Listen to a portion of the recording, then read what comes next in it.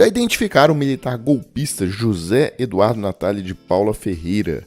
Ele é major do Exército e estava lá servindo água para os golpistas, abrindo as portas, cumprimentando e abraçando amigos dele que passavam lá, golpistas. E o principal é que ele foi indicado para o GSI pelo Augusto Heleno, ou seja, isso dá um retrato exatamente do que aconteceu naquele dia. O governo tinha acabado de começar, né, e estava infestado ainda de bolsonaristas em posições-chave. Bem, o próprio Lula, no dia 9 de janeiro, falou isso. Ele falou, tem muita gente infiltrada aqui dentro. Teve muita gente conivente. É importante dizer, teve muita gente da Polícia Militar conivente. Teve muita gente das Forças Armadas aqui dentro conivente. Eu estou convencido que a porta do Palácio do Planalto foi aberta para que gente entrasse, porque não tem porta quebrada na porta de entrada, ou seja, significa que alguém facilitou a entrada deles aqui. Bem, e a gente já vai montando esse quebra-cabeça, tá?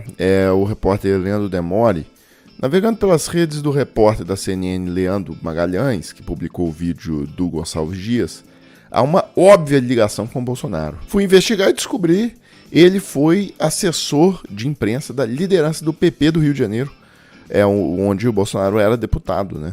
Então tem aqui até no Diário Oficial a nomeação dele para esse cargo e tal. Então ele era basicamente assessor de imprensa ali da turma do Bolsonaro, do próprio Bolsonaro, né, do partido do Bolsonaro. Bem, o Xandão tá investigando todo mundo, já mandou ouvir o próprio Gonçalves Dias e tal. Agora, numa avaliação preliminar que saiu aqui no Globo, a maioria do STF acha que o Gonçalves Dias não estava envolvido com o golpismo, acha que ele foi incompetente, ele não conseguiu identificar quem da equipe ele era bolsonarista e tal.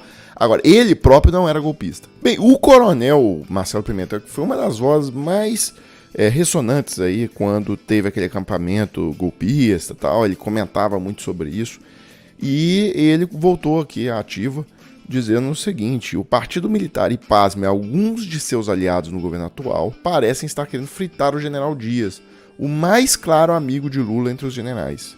E o pior, alguns jornalistas e assemelhados ditos de esquerda estão entrando na conversa da oposição por oba-oba, por incompetência analítica ou até por estarem ligados de alguma forma ao Partido Militar. Bem, então é aquilo que eu falei, tem que se apurar. A questão do Gonçalves Dias ainda não está decidida, tá? Agora, vamos lá. O que aconteceu é que o GSI ele está infestado de bolsonaristas até hoje.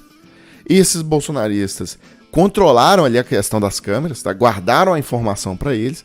No início dessa semana, a oposição começou um movimento fortíssimo para abrir a CPI e eles, em jogada casada, acionaram um jornalista bolsonarista da CNN, cara que foi já empregado, inclusive, do Bolsonaro, e passaram as imagens ali do jeito que eles quiseram, tá? Já tudo cortadinho, com os trechos que era para ser exibido e tal. Então, o governo, nesse sentido aí, foi vítima de uma armação relativamente pesada, né? Bem, aí o Noblar diz aqui, sei não, mas desconfio que os bolsonaristas ainda se arrependerão por ter forçado a instalação da CPI do golpe.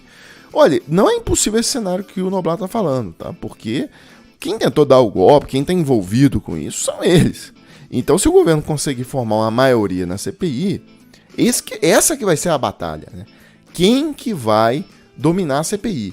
Porque aí quem dominar consegue convocar quem quiser, consegue direcionar a investigação para o lado que quiser e consegue fazer o relatório final da CPI da maneira que quiser. Bem, só para a gente fechar aqui, pessoal, esse primeiro vídeo do dia, eu queria mostrar para vocês aquela história, vocês lembram?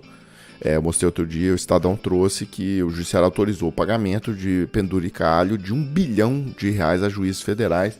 Tinha juiz aí que estava levando um retroativo de R$2 milhões no bolso, tá? À vista. Para quem não se lembra da história, isso foi um penduricário que foi terminado em 2004. Ele chamava gratificação por tempo adicional de serviço. A cada 5 anos, o juiz ganhava um aumento de 5% do salário.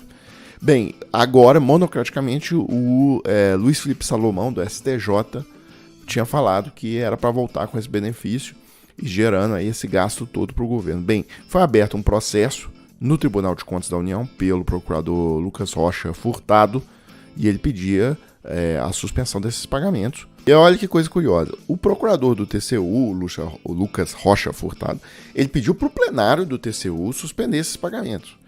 Mas, na verdade, quem acabou suspendendo foi o próprio corregedor lá do CNJ, o Luiz Felipe Salomão.